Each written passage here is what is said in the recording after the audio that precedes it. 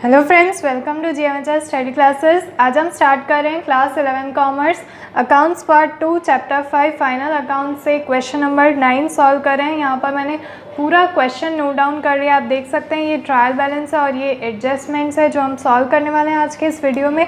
आपको अपने पास प्रिपेयर करके रखना है trading account, profit and loss account and balance sheet. तो ये 3 टेबल आप बना लीजिए और स्टार्ट करते हैं जल्दी से इस क्वेश्चन को सॉल्व करना। आई होप आपने प्रीवियस सारे वीडियोस चेक कर लिए होंगे। मैंने सारे क्वेश्चंस अपलोड कर दिए हैं। इससे प्रीवियस जो भी क्वेश्चंस है आपकी टेक्स्ट बुक से रिलेटेड कर दिया, उसमें लिंक मैं आपको डिस्क्रिप्शन में दे रही हूँ। वीडियो को लाइक कर दीजिए, चैनल को सब्सक्राइब कर दीजिए और अपने फ्रेंड्स के साथ इस वीडियो को ज़्यादा से ज़्यादा शेयर कीजिएगा ताकि और भी फ्रेंड्स की हेल्प हो सके। स्टार्ट करते हैं। यहाँ पर देखिए ट्रायल बैलेंस हमारे पास रेडी है। इसमें हम क्या करेंगे, सारे एडजस्टमेंट्स पहले टिक कर लेते हैं। देखिए फर्स्ट एडजस्टमेंट रीड करते हैं। स्टॉक एज ऑन 31/3/2015 यानी 31/3/2015 31 मार्च को ईयर एंडिंग होता है। तो यहाँ पर ये क्लोजिंग स्टॉक है is ₹2,02,000 out of which 2,000 of stock was for advertisement goods stock, and from the remaining stock the market value of 40% stock is 20% more. Market value of 30% is less by 20%, whereas remaining stock needs to be repaired of ₹5,000। तो यहाँ पर ये closing stock पे हमें पूरा adjustment दिया गया है। बट आपको एक ही चीज़ मार्क करनी है यहाँ पर सबसे पहले कि जो गुड्स है उसमें से एडवर्टाइजमेंट गुड्स स्टॉक भी इसी में इंक्लूड कर दिया है 2,000 का। यानी आपने देखा होगा एडवर्टाइजमेंट के लिए फ्री सैम्पल्स डिस्ट्रीब्यूट किए जाते हैं, तो उसी तरह के कुछ यहाँ पर गुड सैम्पल्स के जो एडवर्टाइजमेंट के हैं वो यहाँ पर 2,000 के इंक्लूडेड है इसमें, जो हमें यहाँ से डिडक्ट करने होंगे। बट ये पूरा एडजस्टमेंट हम लास्ट में सॉल्व करेंगे जब इन सभी एडजस्टमेंट की एंट्रीज उनके इफेक्ट्स दिखाएंगे तब, बिकॉज क्लोजिंग स्टॉक यहाँ पर हमें दिखाया नहीं गया, इसलिए इसकी एंट्री डायरेक्टली हम बैलेंस शीट में और ट्रेडिंग अकाउंट में दिखाएंगे और जो यहाँ पर एडवर्टाइजमेंट गुड स्टॉक है उसके भी इफेक्ट लास्ट में दिखाएंगे। स्टार्ट करते हैं यहाँ पर सेकेंड एडजस्टमेंट से। Goods of ₹7,500 given as advertisement. Advertisement के लिए 7,500 के गुड्स और दे दिए गए। तो फर्स्ट ऑफ ऑल इसकी 2 इफेक्ट्स होगी, एडजस्टमेंट की 2 इफेक्ट्स होगी। तो फर्स्ट इफेक्ट यहाँ पर इसकी होगी परचेज पे, बिकॉज जो गुड्स हमने परचेज किए होते हैं अब उन्हीं में से 7,500 रुपीज़ के गुड्स एडवर्टाइजमेंट के लिए दे दिए गए हैं। तो परचेज पे यहाँ पर सेकेंड एडजस्टमेंट टिक कर लेते हैं कि इसकी एक इफ़ेक्ट इस तरफ परचेज पे दिखाई जाएगी। और जो सेकेंड इफ़ेक्ट इसकी होती है डायरेक्टली एडवर्टाइजमेंट एक्सपेंसेस में। तो आपको यहाँ पर चेक कर लेना है, एडवर्टाइजमेंट एक्सपेंस आपको दिख रहा है, यहाँ पर सेकेंड एडजस्टमेंट टिक कर लीजिए, बिकॉज इस ईयर में जो हम एडवर्टाइजमेंट एक्सपेंसेस बेयर कर रहे हैं ये उसी में जाने वाला है। 7,500 के जो गुड्स हैं ये इसी में इंक्लूड होंगे। तो ये जो एडवर्टाइजमेंट एक्सपेंस है ये जब प्रॉफिट एंड लॉस अकाउंट में हम रिकॉर्ड करेंगे तब इस 7,500 की इफ़ेक्ट इस पे भी आएगी और परचेज पे भी आएगी, यानी इस एडजस्टमेंट की 2 इफ़ेक्ट्स हमने यहाँ पर दिखा दिए। अब इसी तरह से third sales of ₹10,000 wrongly recorded as credit purchase. अब यहाँ पर क्रेडिट सेल्स थी 10,000 जो रॉन्गली क्रेडिट परचेज पे रिकॉर्ड कर दी गई है। तो यहाँ पर चीज़ आपको रेक्टिफाई करनी होगी। एक तो देखिए क्रेडिट सेल्स जो है वो इंक्रीज़ होगा जो रॉन्गली क्रेडिट परचेज में चला गया होगा, और क्रेडिट परचेज जो है वो डिक्रीज़ होगा। तो अब आपको क्रेडिट परचेज और सेल्स यानी परचेज और सेल दोनों भी इसकी इफ़ेक्ट दिखानी होगी। परचेज जो है वो क्रेडिट परचेज रॉन्गली इसमें ऐड हो गया था उसे यहाँ से माइनस करेंगे और सेल्स को इंक्रीज़ करेंगे जो यहाँ पर अनरिकॉर्डेड रह गई थी। तो आई होप आप समझ गए होंगे क्रेडिट सेल्स जो रॉन्गली परचेज में रिकॉर्ड कर दी गई थी यानी परचेज से डिडक्ट करेंगे और सेल्स में इंक्रीज़ करेंगे, तो इन दोनों अकाउंट्स पे इसकी इफ़ेक्ट होगी। थर्ड जो एडजस्टमेंट है वो परचेज पे भी आएगा और सेल्स पे भी आएगा। अब जब क्रेडिट पे परचेज है, ये यहाँ पर सिर्फ परचेज नहीं लिखा गया है, अब नोट कीजिएगा यहाँ पर क्रेडिट परचेज और क्रेडिट सेल्स है। जब हम डेटर्स और क्रेडिटर्स पे भी इनकी इफ़ेक्ट्स दिखाते हैं, क्रेडिट सेल्स किया होता है तब डेटर्स पे इफ़ेक्ट होती है, जब क्रेडिट परचेज किया होता है तब क्रेडिटर्स पे इसकी इफ़ेक्ट आती है। तो यहाँ से भी इन्हें डिडक्ट करना पड़ेगा। तो अब डेटर्स और क्रेडिटर्स पे भी थर्ड एडजस्टमेंट टिक कर दीजिए कि यहाँ से भी ये अमाउंट लेस और ऐड की जाएगी। तो थर्ड एडजस्टमेंट की यहाँ पर टोटल 4 इफ़ेक्ट्स होगी, बिकॉज रॉन्गली रिकॉर्ड किया था तो रॉन्गली रिकॉर्ड करने की 2 एडजस्टमेंट्स, टिक कर लिए, 2 इफ़ेक्ट्स। अब जब करेक्टली उसे रिकॉर्ड करेंगे उसकी भी 2 इफ़ेक्ट्स आएगी, इसलिए टोटल यहाँ पर 4 इफ़ेक्ट्स हमें इस अकाउंट की दिखानी है, बिकॉज ये क्रेडिट पे, इसलिए डेटर्स और क्रेडिटर्स पे भी आएगा। Next, fourth adjustment, write off ₹30,000 as bad debt from debtors and provide 10% as bad debt reserves.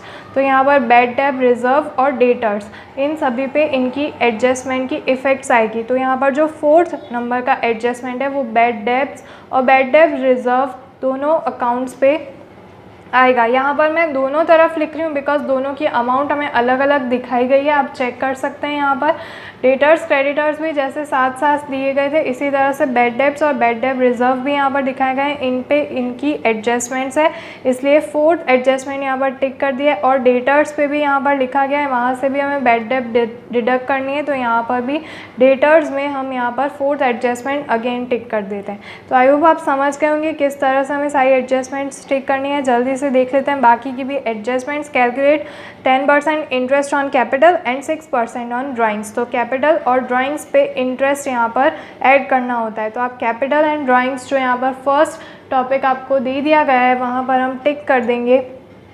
इस तरफ जो फिफ्थ एडजस्टमेंट है उसकी इफ़ेक्ट कैपिटल पे as well as on drawings, यानी दोनों पे इंटरेस्ट दिखाना होगा। उसके बाद लास्ट यहाँ पर एडजस्टमेंट दिया गया है depreciation on fixed assets as per straight line method. तो यहाँ पर आप फिक्स्ड असेट्स का टॉपिक देख सकते हैं, इसको यहाँ पर टिक कर लेते हैं। इस पर भी एडजस्टमेंट नंबर 6 की इफ़ेक्ट आएगी यहाँ पर इस वाले पर। तो यहाँ पर आपको कॉस्ट प्राइस 6 लाख रुपीज़ दिया गया, बट आप डेबिट साइड के कॉलम में देखिए 4,80,000 की अमाउंट दी गई है, यानी जब ये परचेज किया गया होगा तब ये 6 लाख रुपीज़ का था। अब इसकी value after deduction of depreciation 4,80,000 है, बट हमें जो डेप्रिसिएशन कैलकुलेट करना है वो as per straight line method है। तो अब आप कौन सी वैल्यू इसमें से लेंगे, किस वैल्यू पे आप डेप्रिसिएशन कैलकुलेट करेंगे और कितना डेप्रिसिएशन यहाँ पर नोट डाउन किया जाएगा, ये सब हम डिटेल में समझेंगे जब हम इनकी इफ़ेक्ट्स दिखाएंगे सभी एडजस्टमेंट की, तब मैं ये टॉपिक आपको डिटेल में एक्सप्लेन करूँगी।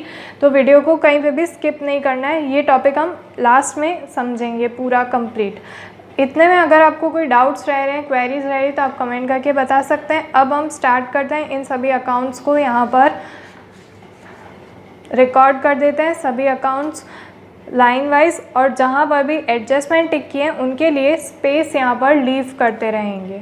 स्टार्ट करते हैं। फर्स्ट है ड्राइंग्स एंड कैपिटल, हमेशा बैलेंस शीट में दिखाया जाता है at the starting. Liability side में कैपिटल, बिकॉज कैपिटल जो है वो बिजनेस की लायबिलिटी है, तो यहाँ पर दिखाएंगे हम ओनर वापस लेगा अपना इन्वेस्टेड कैपिटल बिजनेस के पास से, इसलिए जो पेमेंट होगा वो बिजनेस का होगा जो वो अपने ओनर को वापस रिटर्न कर देगा। तो यहाँ पर हम कैपिटल इनर कॉलम में दिखा देंगे, जो अमाउंट है कैपिटल की, जो क्रेडिट साइड में है वो अमाउंट कैपिटल की होगी, तो यहाँ पर लिखेंगे 3,30,000 रुपीज़। तो ये 3,30,000 कैपिटल के इनर कॉलम में दिखा दिए। अभी इस पे एडजस्टमेंट भी है फिफ्थ वाला, उसके लिए थोड़ी स्पेस रहने देते हैं।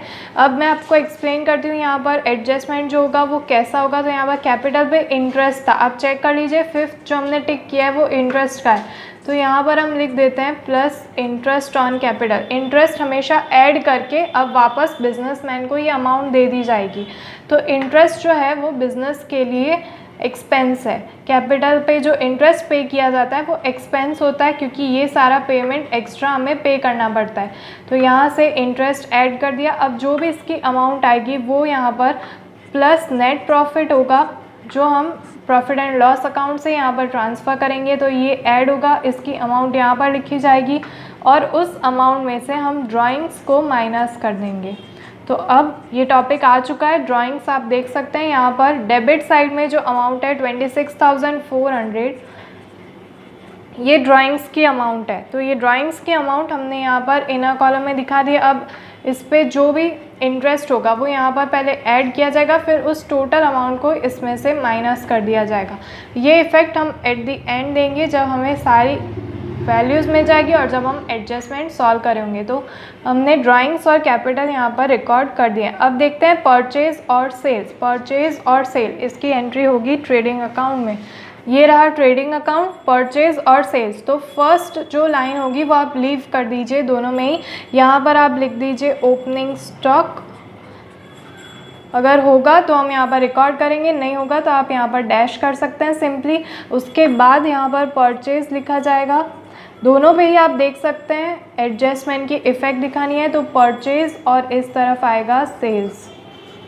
अब परचेज और सेल्स की जो अमाउंट है वो इनर कॉलम में दिखाई जाएगी बिकॉज इन पे एडजस्टमेंट्स दिखाने हैं। अब जो अमाउंट है आपको यहाँ पर साथ में दी गई है, आपको यहाँ से डिसाइड करना है कौन सी परचेज की अमाउंट है और कौन सी सेल्स की अमाउंट है। तो देखिए परचेज अकाउंट डेबिट होता है, डेबिट कॉलम में जो अमाउंट दी गई है 32,04,900 ये यहाँ पर परचेज़ की अमाउंट है, तो यहाँ पर लिख देते हैं 32,4900। और इस तरफ सेल्स में हमें यहाँ पर दिया गया 8,80,000, तो यहाँ पर लिख देते हैं 8,80,000। ये सेल्स की अमाउंट है, सेल्स अकाउंट क्रेडिट, तो क्रेडिट साइड में जो अमाउंट दी गई है वो यहाँ पर लिख दी है, तो हमने स्पेस भी यहाँ पर लीव कर दिया। अब देखिए गुड्स रिटर्न यानी परचेज या सेल्स रिटर्न, तो दोनों ही आपको साथ में दिए गए हैं। आप इस तरफ देख सकते हैं दोनों अमाउंट्स है, डेबिट कॉलम में भी और क्रेडिट कॉलम में भी। गुड्स रिटर्न यानी परचेज रिटर्न भी और सेल्स रिटर्न भी है, बट कौन सी अमाउंट कहाँ पर लिखी जाएगी, तो परचेज रिटर्न अकाउंट क्रेडिट होता है। तो क्रेडिट साइड में जो कॉलम है यहाँ पर आप देख सकते हैं क्रेडिट साइड में जो अमाउंट दी गई है ये परचेज रिटर्न की है और डेबिट साइड में सेल्स रिटर्न की है। सेल्स रिटर्न अकाउंट डेबिट होता है, दोनों वाइस वर्सा यहाँ पर हो जाएंगे। परचेज अकाउंट जब डेबिट था, परचेज रिटर्न अकाउंट क्रेडिट होता है, तो यहाँ पर ये अमाउंट ली जाएगी 22,000 रुपीज़। तो ये परचेज रिटर्न की है, तो परचेज रिटर्न हो गया तो यहाँ से माइनस कर देंगे हम, परचेज में से परचेज रिटर्न माइनस कर देते हैं यहीं पर 22,000 का, इसका टोटल बाद में करेंगे। इस तरफ सेल्स भी सेल्स रिटर्न हो गया तो यहाँ से माइनस कर दिया जाएगा सेल्स रिटर्न। जो अमाउंट है 88,000 वो यहाँ से सब्ट्रैक्ट कर दी जाएगी। नेक्स्ट देखते हैं provident fund and contribution to provident fund. Provident fund जो है वो लायबिलिटी है और कंट्रीब्यूशन टू प्रोविडेंट फंड ये एक एक्सपेंस है, राइट। तो जो लायबिलिटीज़ है पहले यहाँ पर वो रिकॉर्ड कर लेते हैं, यानी प्रोविडेंट फंड एक लायबिलिटी है तो पहले बैलेंस शीट में लायबिलिटी साइड में हम यहाँ पर रिकॉर्ड कर लेते हैं प्रोविडेंट फंड। तो इस तरफ हम लिखेंगे यहाँ पर प्रोविडेंट फंड, यहाँ पर प्रोविडेंट फंड यहाँ पर हम इसकी जो अमाउंट है वो यहाँ पर लिख देते हैं। देखिए प्रोविडेंट फंड लायबिलिटीज़ है, लायबिलिटीज़ का अकाउंट क्रेडिट में आता है, तो 1,10,000 जो क्रेडिट कॉलम में आपको यहाँ पर दिए गए 1,10,000 ये लायबिलिटीज़ है। प्रोविडेंट फंड क्योंकि एक लायबिलिटी है। अब कंट्रीब्यूशन टू प्रोविडेंट फंड ये एक एक्सपेंस है, तो प्रॉफिट एंड लॉस अकाउंट में दिखाया जाएगा और सारे एक्सपेंसेस डेबिट किए जाते हैं, तो डेबिट कॉलम में जो अमाउंट है वो वहाँ पर रिकॉर्ड कर देते हैं। अब यहाँ पर हम रिकॉर्ड कर देते हैं, इस तरफ आप देख सकते हैं contribution to provident fund as it is an expense, इसका जो अमाउंट है वो यहाँ पर डेबिट साइड दिया गया है और इस तरफ भी हम डेबिट साइड रिकॉर्ड करेंगे बिकॉज एक्सपेंसेस अकाउंट डेबिट। तो यहाँ पर हम लिख देंगे कंट्रीब्यूशन टू प्रोविडेंट फंड। आप पूरा कंप्लीट लिखिएगा, यहाँ पर 11,000 जो अमाउंट है वो मैंने यहाँ पर लिख दिया। अब नेक्स्ट देखते हैं प्रोविडेंट फंड इन्वेस्टमेंट किया प्रोविडेंट फंड में तो ये असेट साइड जाता है, राइट। तो इस तरफ हम असेट साइड में इसकी एंट्री करेंगे। यहाँ पर आप देख सकते हैं इसके ही सामने यहाँ पर हम लिखेंगे provident fund investment, provident fund में इन्वेस्ट कर दिया है तो ये असेट है, तो इसकी जो अमाउंट है वो डेबिट साइड वाली यहाँ पर कंसीडर की जाएगी, लायबिलिटी होती है तो क्रेडिट साइड वाली। अब यहाँ पर ये असेट बन चुकी है तो यहाँ पर इसकी जो अमाउंट है वो होगी 1,10,000 रुपीज़, जो डायरेक्टली आउटर कॉलम में दिखाएंगे 1,10,000 रुपीज़। तो ये हमारा कंप्लीट हो चुका है। अब इंटरेस्ट ऑन प्रोविडेंट फंड, अब ये जो इंटरेस्ट है ये अगेन हमारी लायबिलिटी है बिकॉज इंटरेस्ट हमने पे किया है, तो इंटरेस्ट ऑन प्रोविडेंट फंड जो प्रोविडेंट फंड पहले से ही एक लायबिलिटी थी उसका भी इंटरेस्ट, ये इन्वेस्टमेंट था इसलिए यहाँ पर असेट साइड दिखाया। अब ये जो है ये हमारी लायबिलिटी है, इसी पे इंटरेस्ट दिखाया गया है, इंटरेस्ट ऑन प्रोविडेंट फंड, तो ये लायबिलिटी साइड ही हम रिकॉर्ड करेंगे। इस तरफ इसी के नीचे लिख देंगे इंटरेस्ट ऑन प्रोविडेंट फंड। तो इस तरफ जो अमाउंट दी गई है 8800 वो यहाँ पर लिख देंगे, तो ये इसी में ऐड हो जाएगा। अगर आप चाहते हैं इसे इनर कॉलम में दिखाकर वहाँ पर आप इन्हें ऐड करके आउटर कॉलम में दिखाना चाहे तो भी कोई प्रॉब्लम नहीं है। अब देखते हैं next debtors and creditors. Debtors और क्रेडिटर्स, तो इनकी जो अमाउंट है वो इनर कॉलम में लिखी जाएगी, बिकॉज इन पे कुछ एडजस्टमेंट्स हमें यहाँ पर दिखा देने हैं। तो यहाँ पर मैं नोट डाउन कर रही हूँ, इस तरफ आप देख सकते हैं डेटर्स, इनर कॉलम में उसकी अमाउंट लिखेंगे। अब डेटर्स जो है उसका अकाउंट डेबिट होता है, तो यहाँ पर जो डेबिट साइड में अमाउंट दी गई है 2,20,000 वो इनर कॉलम में दिखाएंगे 2,20,000 की अमाउंट। और इसी तरह से क्रेडिटर्स, इसे भी इनर कॉलम में लिखेंगे बिकॉज इस पे एडजस्टमेंट है। आप देख सकते हैं क्रेडिटर्स पे एडजस्टमेंट है, अमाउंट क्रेडिट साइड की लिखेंगे, क्रेडिटर्स क्रेडिट होते हैं इसलिए यहाँ पर हम लिखेंगे इनर कॉलम में 1,65,000 रुपीज़। इसी तरह से अब डिस्काउंट दिया गया है, नेक्स्ट जो अकाउंट है वो है डिस्काउंट। अब डिस्काउंट आप देखिए यहाँ पर दो कॉलम्स आपको दिए गए हैं, डेबिट और क्रेडिट, यानी डिस्काउंट रिसीव्ड और डिस्काउंट अलाउड दोनों ही यहाँ पर आपको दिए गए। आपको बाइफरगेट करना है कि कौन सा डिस्काउंट रिसीव्ड है और कौन सा डिस्काउंट अलाउड है। तो यहाँ पर हम चेक कर लेते हैं एक बार। देखिए डिस्काउंट रिसीव और डिस्काउंट अलाउड सब इनकम और एक्सपेंसेस है, इसलिए ये प्रॉफिट एंड लॉस अकाउंट में रिकॉर्ड किए जाएंगे। अब कौन सी अमाउंट कहाँ पर हम रिकॉर्ड करेंगे, यानी डिस्काउंट रिसीव कौन सी अमाउंट है और डिस्काउंट अलाउड कौन सी अमाउंट है, ये यहाँ पर कैसे पता चलेगा। तो देखिए पहले यहाँ पर लिख देते हैं कौन सा डेबिट होता है और कौन सा क्रेडिट होता है। तो डिस्काउंट हमेशा जो अलाउ करते हैं वो हमारी बिजनेस के लिए एक्सपेंस होता है, तो एक्सपेंस यहाँ पर डेबिट साइड आएंगे। तो पहले यहाँ पर हम रिकॉर्ड कर देते हैं डिस्काउंट अलाउड। डिस्काउंट अलाउड हमने यहाँ पर रिकॉर्ड कर दिया। अब इस तरफ आप देख सकते हैं डिस्काउंट रिसीव्ड यहाँ पर लिखा जाएगा discount received, because discount receive income होती है बिजनेस के लिए। अब डेबिट साइड में डिस्काउंट अलाउड, क्रेडिट साइड में डिस्काउंट रिसीव, ये यहाँ पर लिख दिया है। तो इनकी अमाउंट्स भी इसी तरह से आपको दी गई है।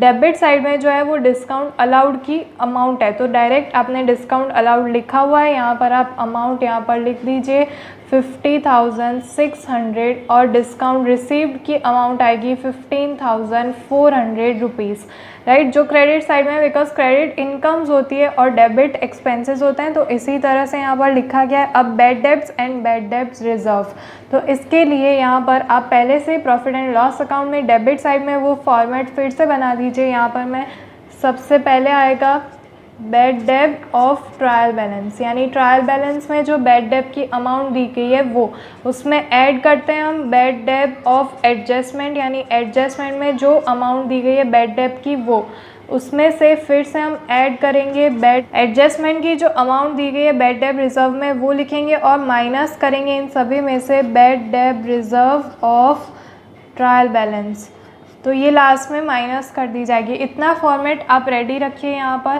ताकि आप इजीली इनमें रिकॉर्ड कर सकें। और ट्रायल बैलेंस की एक एक इफेक्टिव होगी, इसलिए बैड डेब और बैड डेब रिजर्व जो ट्रायल बैलेंस के वो सिर्फ प्रॉफिट एंड लॉस अकाउंट में दिखाए जाएंगे। आप देख सकते हैं हमने ट्रायल बैलेंस टिक कर लिया, तो यहीं पर इनकी जो अमाउंट है वो लिख दीजिए। अब देखिए 33,000 और 49,500 हमें दिया गया है, तो बैड डेब्ट्स जो है वो फर्स्ट वाला ही यहाँ पर लिखना है, जो फर्स्ट हमें गिवन है डेबिट साइड में वही यहाँ पर लिखा जाएगा 33,000 रुपीज़। और बैड डेब रिज़र्व जो है वो लास्ट में यहाँ पर लिखेंगे 49,500, जो यहाँ से सब्ट्रैक्ट करना है। ट्रायल बैलेंस वाले में ही आपको ये अमाउंट्स लिखने हैं, याद रखिएगा। एडजस्टमेंट वाले में भूल से भी ये अमाउंट्स रिकॉर्ड नहीं करने, बिकॉज ये दोनों ऐड होगी और ये वाला सब्ट्रैक्ट करना होगा।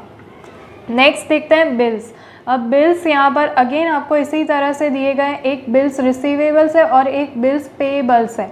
दो अमाउंट दी गई है, यानी बिल्स रिसीवेबल्स की भी अमाउंट यहीं पर है और पेएबल्स की भी अमाउंट इसी में दी गई है। तो ये रही यहाँ पर बैलेंस शीट। अब बैलेंस शीट में हम इसकी इफ़ेक्ट दे देते हैं। इस तरफ थोड़ा सा यहाँ पर स्पेस लीव करके हम लिखेंगे बिल्स पेएबल्स, जो लायबिलिटीज़ होती है इसलिए लायबिलिटी साइड, और बिल्स रिसीवेबल्स डेबिट साइड, यानी असेट साइड में दिखाएंगे। असेट साइड डेबिट साइड होती है। अब बिल्स पेएबल्स और बिल्स रिसीवेबल्स, तो आप देख असेट्स हमारी डेबिट कॉलम वाली होती है और लायबिलिटीज़ हमारी क्रेडिट साइड वाली होती है। तो असेट साइड में 16,500 लिखेंगे, बिल्स रिसीवेबल्स के 16,500।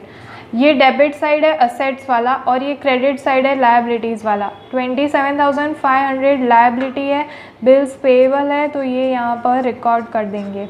तो आई होप आप ये भी समझ गए होंगे bills receivables and bills payables. अब नेक्स्ट यहाँ पर गुड्स एज ऑन 1/4/2014 और यहाँ पर ये ओपनिंग स्टॉक है 88,000 रुपीज़ का।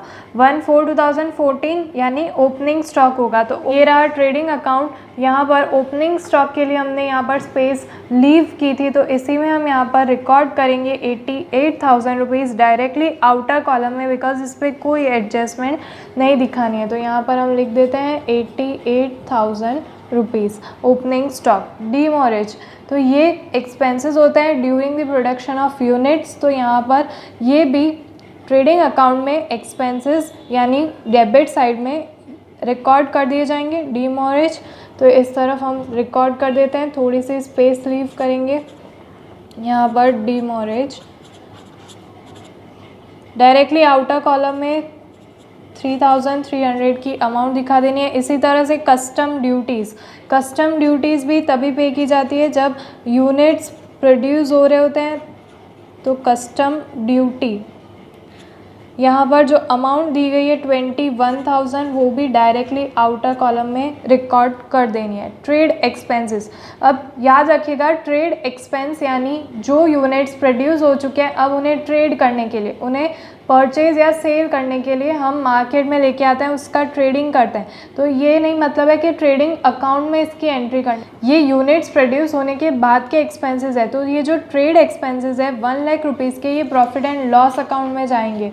तो डायरेक्टली आप देख सकते हैं यहाँ पर प्रॉफिट एंड लॉस अकाउंट में हम इस तरफ लिख देंगे ट्रेड एक्सपेंसेस। ये सारे एक्सपेंसेस जो यूनिट्स प्रोड्यूस हो गए अब उनको सेल करने के लिए बेयर किए जा रहे हैं बाय बिजनेस। तो 1 लाख रुपीज़ जो है ट्रेड एक्सपेंस के ही प्रॉफिट एंड लॉस अकाउंट में जाएंगे। यहाँ पर प्लीज़ मिस्टेक मत कीजिएगा कि ट्रेड एक्सपेंसेस यानी ट्रेडिंग अकाउंट में जाएंगे। एक्सपेंसेस है, इससे debit side of profit and loss account 1 lakh rupees. तो आई होप ये भी आपको समझ आ गया होगा। अब देखते हैं कैश बैलेंस, बैंक बैलेंस। तो ये हम रिकॉर्ड करेंगे बैलेंस शीट में, बिकॉज ये हमारी असेट्स है, दोनों ही असेट्स है। तो यहाँ पर दोनों लिख देते हैं, कैश बैलेंस और bank balance. Cash balance, bank balance, जो अमाउंट है यहाँ पर 10,000 एंड 35,100। तो यहाँ पर लिख देते हैं 10,000 35,100। तो आई होप ये आप समझ गए होंगे। उसके बाद है फिक्स्ड असेट्स। अब फिक्स्ड असेट्स जो होगी वो यहाँ पर असेट साइड में टॉप में आएगी फिक्स्ड असेट्स। फिक्स्ड असेट्स यहाँ पर आपको अलग अलग असेट्स नहीं दी गई है, डायरेक्ट फिक्स्ड असेट्स के टाइटल में ही सारी अमाउंट दे दी गई है। अब इस पर एडजस्टमेंट है फिक्स्ड असेट्स, इस पर आप देख सकते हैं एडजस्टमेंट है 6 नंबर का, इसलिए इसकी जो अमाउंट है 4,80,000, ये अमाउंट आपको यहाँ पर इनर कॉलम में दिखा देनी है 4,80,000। तो 4,80,000 हमने यहाँ पर रिकॉर्ड कर दिया। जो इस पे एडजस्टमेंट है उसके लिए एडजस्टमेंट की इफेक्ट हम लास्ट में देंगे। एडवर्टाइजमेंट एक्सपेंस, नेक्स्ट चेक करते हैं। एडवर्टाइजमेंट एक्सपेंस दिया गया है 10,000 रुपीज़ का। अगेन ये एक्सपेंस है, प्रॉफिट एंड लॉस अकाउंट में डेबिट साइड में दिखाया जाएगा। उसके बाद है अदर इनकम्स। अब ये इनकम्स हैं, आपको बाइफर्केट नहीं किया गया, आपको इंडिविजुअल टाइटल्स नहीं दिए गए, अकाउंट्स के नेम नहीं गिवन है कि कैसी इनकम है, बट अदर इनकम्स है। इससे यहीं पर हम लिख देते हैं अदर इनकम। क्रेडिट साइड में प्रॉफिट एंड लॉस अकाउंट में इनकम्स जो है वो क्रेडिट साइड आएगी। तो अदर इनकम 19,600 रुपीज़ की कुछ इनकम्स है। तो आप समझ गए होंगे हमने सारे जो अकाउंट्स हैं उनकी एंट्रीज़ यहाँ पर कर ली है, सभी अकाउंट्स की एंट्रीज़ कर ली और स्पेस लीव की है जिन पे एडजस्टमेंट है। अब फटाफट हम एडजस्टमेंट टिक कर लेते हैं, सभी के एडजस्टमेंट यहाँ पर चेक कर लेते हैं। तो स्टार्ट करते हैं फर्स्ट एडजस्टमेंट से। तो फर्स्ट एडजस्टमेंट मैं चाहूँगी आपको एक्सप्लेन करना, तो इस तरफ आप भी वर्किंग नोट में पूरा सॉल्व करके देखिए कि किस तरह से क्लोजिंग स्टॉक की जो अमाउंट है वो यहाँ पर हम फाइंड करते हैं। पर हम वर्किंग नोट नंबर 1 लिख रहे हैं, तो आप भी अपनी नोटबुक्स में ये वर्किंग नोट यहाँ पर कर लीजिए ताकि अच्छे से समझ आए। देखिए हमें जो 31 मार्च 2015 को स्टॉक दिया गया है दैट इज़ 2,02,000 रुपीज़ का स्टॉक है। अब इसमें आपको कहा गया है कि एडवर्टाइजमेंट एक्सपेंसेस, एडवर्टाइजमेंट के लिए जो गुड्स हैं, stock of goods for advertisement, वो इसी में इंक्लूडेड है ₹2,000। तो यहाँ पर स्टॉक फॉर एडवर्टाइजमेंट, यानी एडवर्टाइजमेंट के लिए जो स्टॉक यहाँ पर इंक्लूडेड है वो 2000 रुपीज़ का यहीं से हम माइनस करेंगे। तो जो रिमेनिंग 2 लाख रुपीज़ की अमाउंट है, अब ये यहाँ पर रिमेनिंग है। अब इसी पे से हम डिसाइड करेंगे जो मार्केट वैल्यू है वो कितने अमाउंट की, जो 30-40% का रेशियो आपको यहाँ पर दिया गया है वो यहाँ पर डिसाइड करेंगे। बट उससे पहले ये जो 2000 रुपीज़ एडवर्टाइजमेंट एक्सपेंस के लिए स्टॉक है ये रिकॉर्ड कर लेते हैं, बिकॉज ये एडजस्टमेंट में है, इसलिए इसकी 2 इफ़ेक्ट्स होगी। तो stock of goods for advertisement 2000 rupees ये जो है ये 2 बार रिकॉर्ड किए जाएंगे और इन्हें रिकॉर्ड कर लेते हैं। देखिए, ये एक तो प्रॉफिट एंड लॉस अकाउंट में रिकॉर्ड किया जाएगा, बिकॉज ये एक्सपेंसेस जो क्लोजिंग स्टॉक में इंक्लूड कर देते हैं ये स्टॉक ऑफ गुड्स। तो यहाँ पर जो एडवर्टाइजमेंट एक्सपेंस है उसी में से यहाँ पर माइनस करेंगे। तो यहाँ पर हम लिखेंगे एडवर्टाइजमेंट स्टॉक, जो यहाँ पर माइनस कर देंगे 2000 रुपीज़ का। अब जो अमाउंट आएगी वो आउटर कॉलम में दिखा देंगे, दैट इज़ 8000 रुपीज़। अब इसकी सेकेंड इफेक्ट कहाँ पर करनी है, तो ये एडवर्टाइजमेंट एक्सपेंस 2000 रुपीज़ यहाँ से माइनस कर दे स्टॉक के। अब सेकेंड इफेक्ट इसकी होगी यहाँ पर बैलेंस शीट में। स्टॉक ऑफ एडवर्टाइजमेंट गुड्स यहाँ पर लिख देते हैं, stock of advertisement goods 2000 rupees के। तो ये इसकी सेकेंड इफेक्ट हमने दिखा दी है। तो अब नेक्स्ट यहाँ पर एडजस्टमेंट देखते हैं, आगे इसे फर्दर रीड करते हैं क्या दिया गया हमें एडजस्टमेंट में।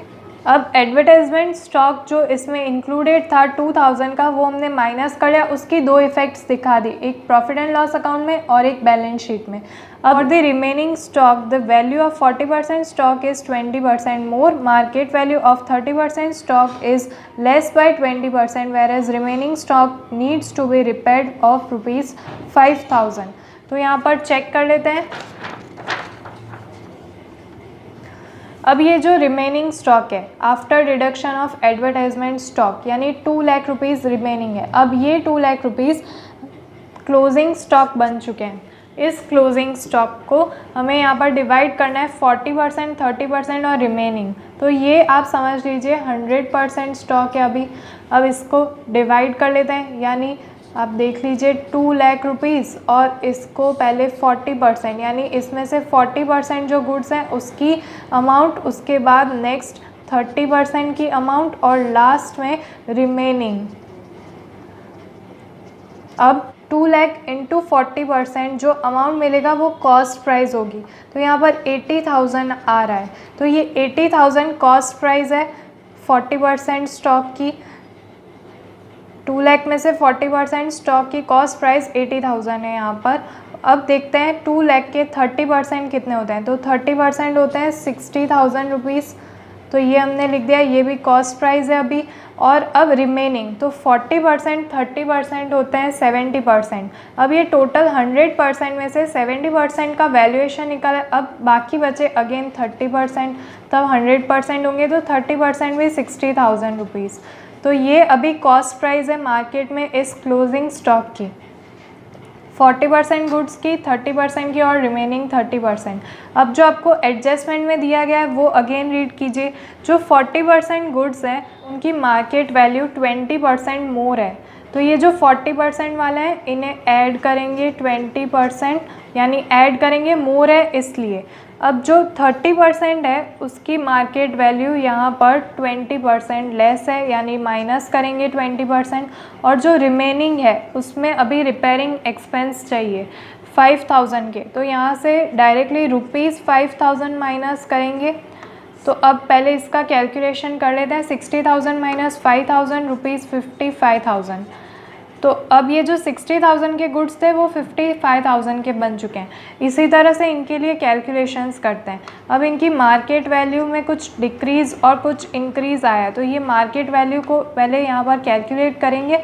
60,000 के 20% जो है वो यहाँ पर होते हैं 12,000, तो यहाँ से माइनस किए जाएंगे 12,000 रुपीज़। 12,000 रुपीज़ माइनस करना है 60,000 में से, तो हमारा आंसर आता है ₹48,000। इसी तरह से 20% जो है वो माइनस करना है 80,000 के, 20% होते हैं 80,000 के ₹16,000।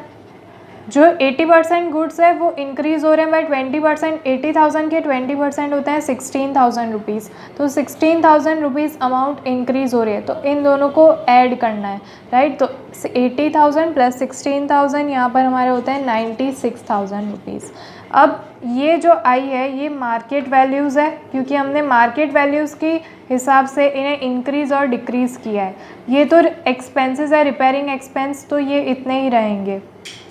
अब कंपेयर करना है आपको कॉस्ट प्राइस और मार्केट वैल्यूज़ में से जो लेस हो, which ever is less consider that. तो यहाँ से हमें कंसीडर करना है जो अमाउंट लेस हो। तो यहाँ पर आप देख सकते हैं 80,000 और 96,000 में से जो लेस है, 80,000 कॉस्ट प्राइस यहाँ पर लेस है, तो वो हम यहाँ पर कंसीडर करेंगे 80,000। इसी तरह से यहाँ पर भी आप कंपेयर कीजिए 60,000 और 48,000 में जो लेस है उसे इसके साथ ऐड कर दीजिए। तो 60,000 और 48,000 में 48,000 वाली अमाउंट लेस है, तो ये हम यहाँ पर ले लेते हैं, बिकॉज़ ये जो गुड्स हैं इसमें जो लोएस्ट अमाउंट है 48,000 वो मार्केट वैल्यू के, तो वो कंसिडर करेंगे। इसमें कॉस्ट प्राइस की वैल्यू कम है तो वो कंसिडर की है। 80,000 प्लस 48,000। अब रिमेनिंग गुड्स के एक्सपेंसेस माइनस कर दिए, रिपेयरिंग एक्सपेंस, तो हमारे पास अमाउंट मिली है 55,000 रुपीज़ की। अब इन तीनों अमाउंट्स को आप यहाँ पर ऐड कर लीजिए और जो अमाउंट हमें मिल रही है रुपीज़ 1,83,000।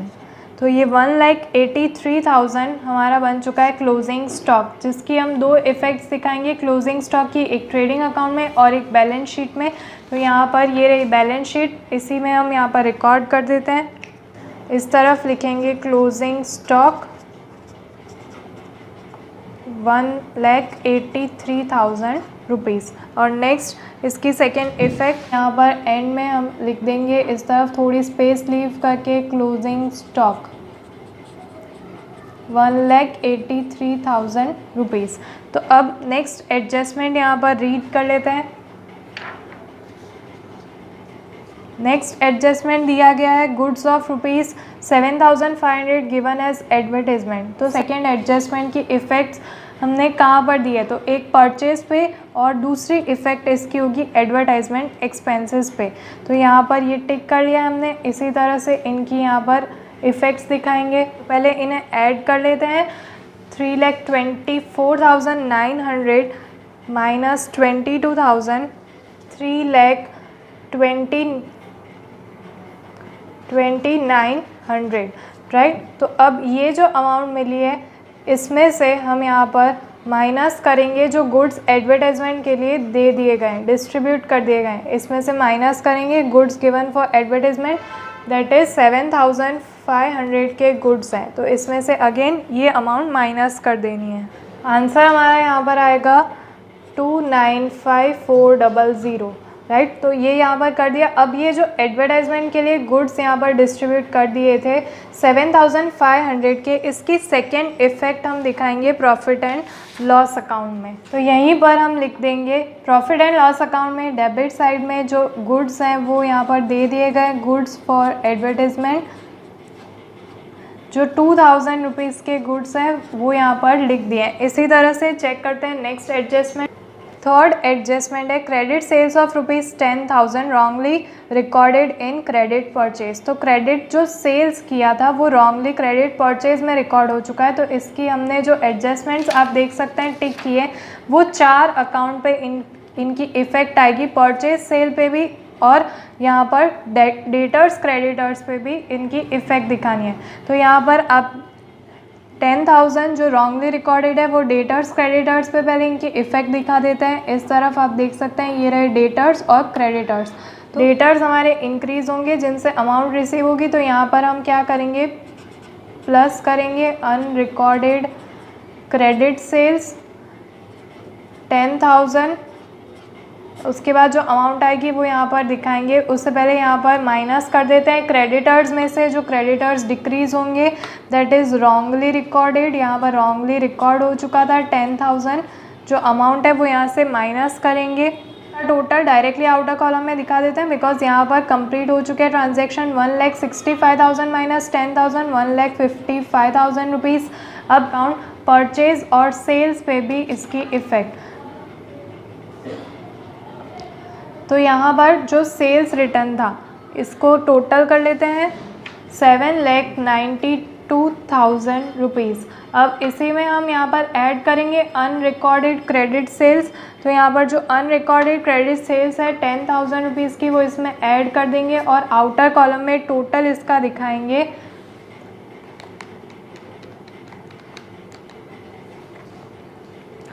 8,02,000 रुपीज़। अब ये यहाँ पर कंप्लीट हो चुका है सेल्स साइड का। अब परचेज साइड में आते हैं। यहाँ पर हम अगेन इस तरफ जो रॉन्गली रिकॉर्डेड हो गया था वो माइनस करेंगे। यहाँ से माइनस करना है रॉन्गली रिकॉर्डेड, जो रॉन्गली यहाँ पर रिकॉर्ड हो चुका था 10,000 का, जो इस तरफ ऐड किया वो यहाँ से माइनस करना है।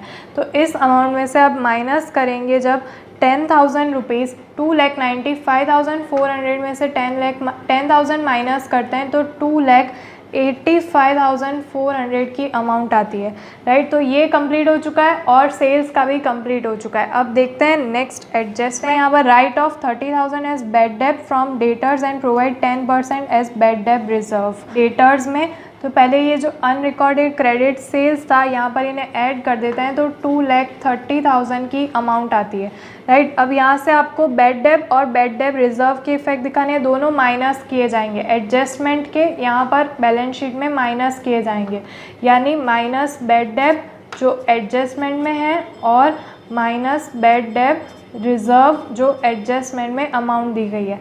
तो पहले आपको क्या दिया गया है, बैड डेट कितने माइनस करने यहाँ पर 30,000 के। तो पहले यहाँ से 30,000 माइनस करेंगे,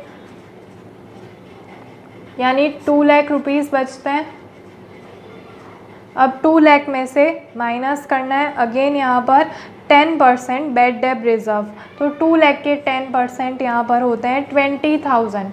ये यहाँ पर माइनस करके जो अमाउंट हमारी आ रही है 2 लाख में से 20,000 माइनस करने पर 1,80,000, राइट। तो ये हमारी अमाउंट यहाँ पर बन चुकी है कंप्लीट। ये डेटर्स का कॉलम कंप्लीट हो चुका। अब ये जो एडजस्टमेंट की बैड डेट और बैड डेट रिजर्व है, इनकी एक और effect profit and loss account में बैड डेट और बैड डेट रिजर्व यहाँ पर दिखाए गए हैं। जो अमाउंट हमने बैलेंस शीट में लिखी है बैड डेट की जो एडजस्टमेंट में थी वो अमाउंट यहाँ पर लिख देते हैं 30,000,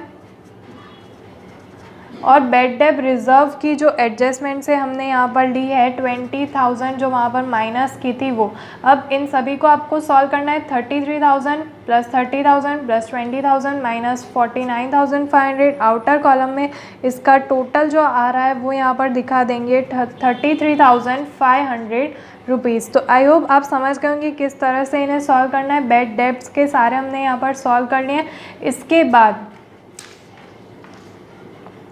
नेक्स्ट हम रीड करते हैं adjustment. Calculate 10% interest on capital and interest on drawings. तो अगेन हम बैलेंस शीट में पहले इंटरेस्ट ऑन कैपिटल और इंटरेस्ट ऑन ड्राइंग्स यहाँ पर कैलकुलेट करते हैं। 10% कैलकुलेट करना है इंटरेस्ट कैपिटल पे, तो इस पे 10% ऐड करना है। तो 3,30,000 का यहाँ पर 33,000 होगा इंटरेस्ट।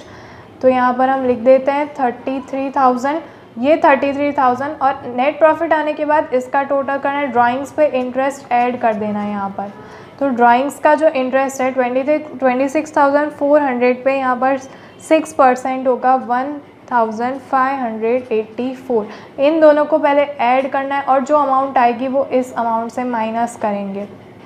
तो यहाँ पर पहले जो अमाउंट आ रही है इन दोनों को ऐड करने के बाद वो यहाँ पर अमाउंट मैं लिख देती हूँ 27,984। अब ये अमाउंट डायरेक्टली माइनस कर दी जाएगी यहाँ पर जो अमाउंट मिलेगी नेट प्रॉफिट ऐड करने के बाद। अब इसकी सेकेंड इफेक्ट जो इंटरेस्ट है ड्राइंग्स और कैपिटल पे, इनकी सेकेंड इफेक्ट दिखाएंगे प्रॉफिट एंड लॉस अकाउंट में। देखिए जो कैपिटल पे इंटरेस्ट पे किया जाता है, राइट, तो ये बिज़नेस के लिए इंटरेस्ट ऑन कैपिटल जो है वो एक एक्सपेंस होता है जो पे कर रहा है बिज़नेस अपने ओनर को। तो यहाँ पर हम लिखेंगे इंटरेस्ट ऑन कैपिटल। तो ये जो इंटरेस्ट था कैपिटल और इंटरेस्ट ऑन ड्राइंग्स, ये बिज़नेस के लिए इनकम है। राइट। जो ड्राइंग्स बिजनेस में से ले ली गई थी, ओनर ने कुछ ड्राइंग्स की थी, अब वो वापस पे करेगा तो इंटरेस्ट के साथ पे करेगा, तो बिजनेस को ये इनकम हो रही है इंटरेस्ट ऑन ड्राइंग्स 1584। ये यहाँ पर क्रेडिट साइड दिखा दिया, इनकम्स इस तरफ और एक्सपेंसेस यहाँ पर डेबिट साइड में। तो दो इफेक्ट्स हो गई इस एडजस्टमेंट की। अब लास्ट एडजस्टमेंट चेक करते हैं। Calculate 10% depreciation on fixed assets as per straight line method. तो बहुत ही ईजी है, आप इस तरफ चेक कर सकते हैं। देखिए फिक्स्ड असेट्स यहाँ पर ये है, सकते हैं डेबिट साइड में फिक्स्ड असेट्स में। बट अब जब आपको एडजस्टमेंट में दिया गया है कि कैलकुलेट करना है स्ट्रेट लाइन मेथड पे और आपको कॉस्ट प्राइस इसकी दी गई है ब्रैकेट में, तो ये इंटरनल एडजस्टमेंट है। तो ये अब आपको माइंड यूज़ करना है यहाँ पर और अपने आप से समझना है कि आप स्ट्रेट लाइन मेथड से डेप्रिसिएशन कैलकुलेट करते थे तो वो कॉस्ट प्राइस पे करते थे। ये जो अमाउंट दी गई है 4,80,000, ये अभी करंट ईयर में क्या प्राइस चल रही है इन असेट की वो बताई गई, यानी जब ये परचेज़ किया होगा तब से अब तक का बहुत सारा डेप्रिसिएशन माइनस कर दिया गया है ऑलरेडी। अब इस साल भी हम स्ट्रेट लाइन मेथड से माइनस करेंगे डेप्रिसिएशन और डेप्रिसिएशन कैलकुलेट किया जाएगा स्ट्रेट लाइन मेथड से कॉस्ट प्राइस पे। तो कॉस्ट प्राइस है 6 लाख रुपीज़। 6 लाख रुपीज़ पे हमें 10% डेप्रिसिएशन कैलकुलेट करना है। तो यहाँ से हम 10% डेप्रिसिएशन माइनस करेंगे, बट इसका नहीं, 6 लाख रुपीज़ का जो उसकी कॉस्ट प्राइस है। तो 6 लाख पे डेप्रिसिएशन हम कैलकुलेट करेंगे 10%, तो 60,000 की अमाउंट आती है। ये 60,000 यहाँ से माइनस कर दिए जाएंगे तो 4,20,000 मिलता है। ये आउटर कॉलम में दिखाएंगे। अब डेप्रिसिएशन की एक इफेक्ट हो गई एडजस्टेड एंड लॉस अकाउंट में। यहाँ पर लास्ट में हम लिख देंगे डेप्रिसिएशन ऑन असेट्स। जो आया है 60,000 डेप्रिसिएशन वो यहाँ पर लिख देना है। अब फाइनली सारे अकाउंट्स कंप्लीट हो चुके हैं, एडजस्टमेंट कंप्लीट हो चुके हैं। चेक कर लेते हैं कोई एंट्री यहाँ पर रह तो नहीं गई है और टोटल करते हैं सभी अकाउंट्स का। सबसे पहले टोटल करते हैं ट्रेडिंग अकाउंट का। क्रेडिट साइड का टोटल करते हैं, दो अमाउंट दे दी गई है, इनका टोटल कीजिए कैसे में, और लास्ट में यहाँ पर इसकी अमाउंट हम दिखा देते हैं। इनका प्लस करने के बाद, इनको ऐड करने के बाद हमारा आंसर आ रहा है 9,85,000 रुपीज़। अब इस अमाउंट में से ये सारी अमाउंट माइनस कीजिए। तो 9,85,000 में से माइनस करते हैं इन सभी अमाउंट्स को, तो हमारा जो आंसर आ रहा है यानी रिमेनिंग हमारा ग्रॉस प्रॉफिट है यहाँ पर 5,87,300 रुपीज़, राइट। तो ये हमारा बन चुका है यहाँ पर ग्रॉस प्रॉफिट। अब ये ग्रॉस प्रॉफिट हम ट्रांसफ़र कहाँ पर करते हैं, प्रॉफिट एंड लॉस अकाउंट में। कहाँ पर जाएगा, ये क्रेडिट साइड में, यहाँ पर डेबिट साइड में है, वहाँ पर क्रेडिट साइड में रिकॉर्ड किया जाएगा। तो इस तरफ आप चेक कर सकते हैं, ये प्रॉफिट एंड लॉस अकाउंट, यहाँ पर टॉप पे क्रेडिट साइड पे आएगा ग्रॉस प्रॉफिट। जो अमाउंट हमने फाइंड की है ग्रॉस प्रॉफिट की फ्रॉम ट्रेडिंग अकाउंट 5,87,300, वो यहाँ पर लिख देनी है। अब इस साइड का टोटल करना है, क्रेडिट साइड का टोटल कीजिए। यहाँ पर हमारा टोटल आ रहा है 6,23,884, तो यहाँ पर लिख देते हैं 6,23,884। इस अमाउंट में से ये सारी अमाउंट माइनस करनी है, तो यहाँ पर 6,23,884 में से माइनस करने पर जो अमाउंट हमें मिल रही नेट प्रॉफिट की वो है 3,20,284। तो ये हमारा बन चुका है नेट प्रॉफिट। ये नेट प्रॉफिट हम ऐड करेंगे बैलेंस शीट में। तो ये रही हमारी बैलेंस शीट। इस तरफ नेट प्रॉफिट का जो कॉलम है यहाँ पर हम ऐड कर देंगे 3,20,284। तो ये हमने यहाँ पर लिख दी अमाउंट। अब यहाँ पर इन्हें ऐड करना है, इन तीनों अमाउंट को ऐड करने के बाद 6,83,284 अमाउंट आई है। इसमें से ये अमाउंट माइनस करनी है आपको डायरेक्टली। ये माइनस करने के बाद आउटर कॉलम में हम अमाउंट दिखाएंगे 6,55,300। तो अब आप समझ गए, देख लीजिए, एक बार चेक कर लीजिए कोई अमाउंट रह तो नहीं गई है, क्रॉस चेक कर लीजिए पूरा, कोई एडजस्टमेंट की सेकेंड इफेक्ट यहाँ पर दिखानी रह तो नहीं गई है। और अब टोटल कीजिए, हमारा आंसर यहाँ पर आ रहा है 9,56,600। और असेट साइड और लायबिलिटी साइड हमारा आंसर सेम आ रहा है 9,56,600 रुपीज़ का। तो फ्रेंड्स आई होप वीडियो आपके लिए हेल्पफुल रहा होगा। नेक्स्ट वीडियो में क्वेश्चन 10 अपलोड करने वाले हूँ, लाइन वाइज सारे क्वेश्चंस अपलोड करूँगी। तो ये वीडियो हेल्पफुल रहा तो उसे लाइक कीजिए, कमेंट करके बताइए। कोई क्वेरीज रह रही है तो अपने फ्रेंड्स के साथ ज़्यादा से ज़्यादा इस वीडियो को शेयर कीजिए और चैनल को सब्सक्राइब ज़रूर कीजिए। बहुत सारे स्टूडेंट्स रेगुलरली वीडियोस देख रहे हैं बट चैनल को सब्सक्राइब नहीं करें, तो सबसे पहले चैनल को सब्सक्राइब कीजिए। मिलते हैं हमारे नेक्स्ट वीडियो में, तब तक के लिए गुड बाय।